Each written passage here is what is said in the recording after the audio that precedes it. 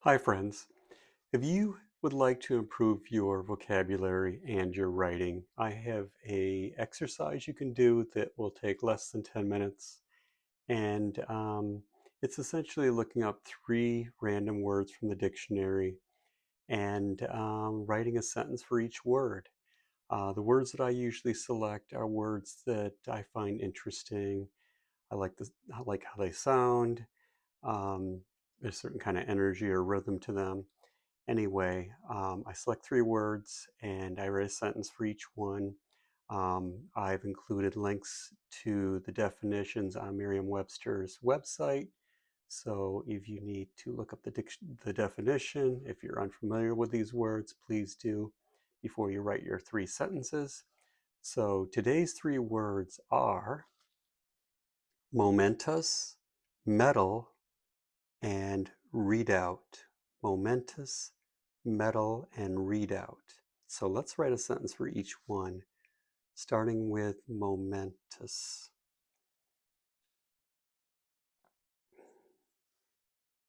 The election of the first female president would mark a historic and momentous occasion.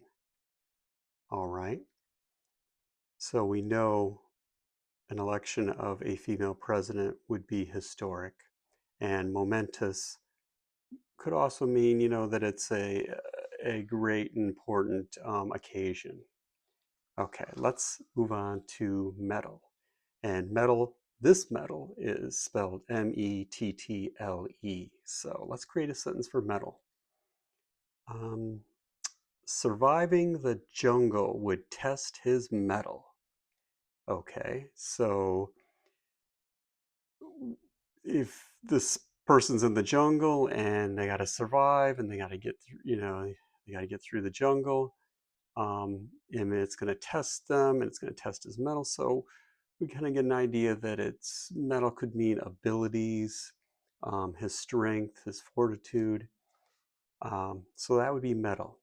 Um, and then let's move on to redoubt.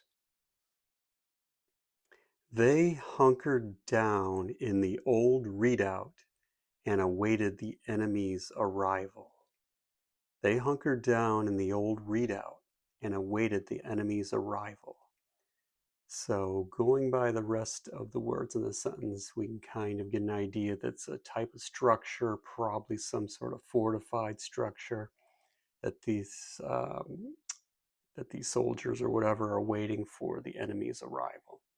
Anyway, look up the definitions if you're unfamiliar with any of these 3 words and kind of play around with them and have fun. If you're unfamiliar with them, carry them around with you throughout the day and just kind of keep them in your mind and think about how they could apply to your day, or maybe if you're watching television, how they might apply to something you're watching.